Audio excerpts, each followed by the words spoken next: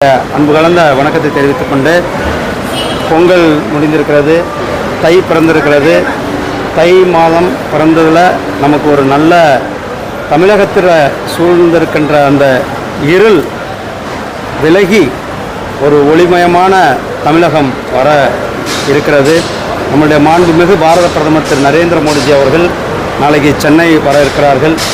அவர் நாளைக்கு சென்னையில் அந்த கேலோ இந்தியா ப்ரோக்ராம் கலந்து கொள்ள இருக்கிறார்கள். அதை தொடர்ந்து பல்வேறு நிகழ்ச்சிகளில் கலந்து கொள்ள இருக்கிறார்கள். நாளைக்கு ஒரு முக்கியமான நிகழ்வாக டிடி பொதிகை ஒரு மிகப்பெரிய ஒரு மாற்றத்தோடு மக்கள் விரும்பும் வகையில் மக்களுடைய எண்ணங்களுக்கேற்ப டிடி பொதிகையானது மாற்றியமைக்கப்பட்ட ஒரு புதிய சேனலை நாளைக்கு நம்முடைய மாண்புமிகு பாரத பிரதமர் திரு நரேந்திர மோடிஜி அவர்கள் அதே மேடையில் தொடங்கி வைக்க இருக்கிறார்கள்.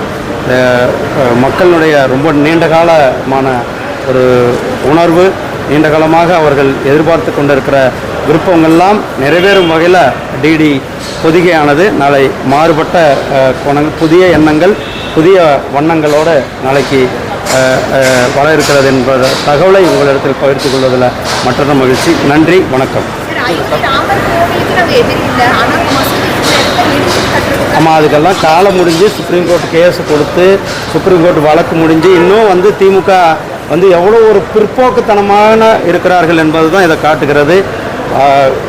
மக்களினுடைய எதிர்பார்ப்பு இந்தியாவில் ஒட்டுமொத்த மக்களும் 500 ஆண்டு, ஒரு நாள் 2 ஆண்டில் 500 ஆண்டுகளினுடைய கனவு, லட்சியம், எண்ணம், அவர்களுடைய வாழ்க்கை என்ன நடக்கணும்ன்ட்டு பல பேர் வேண்டிக் கொண்டு அவர்கள் தியாகங்கள் பண்ணார்கள். அவர்கள் தியாகங்கள்லாம் நிறைவேறி ஒவ்வொரு இந்திய பிரஜையும் ஒவ்வொரு பாரத தேசத்தினரும் எதிர்பார்க்கின்ற அந்த மிகப்பெரிய ஒரு திருவிழா அன்றைக்கு தீபாவளி திருவிழா வருகிற 22ஆம் தேதி அன்றைக்கு இந்தியா முழுவதும் மக்கள் கொண்டாட தயாராக கொண்டிருக்கிறார்கள்.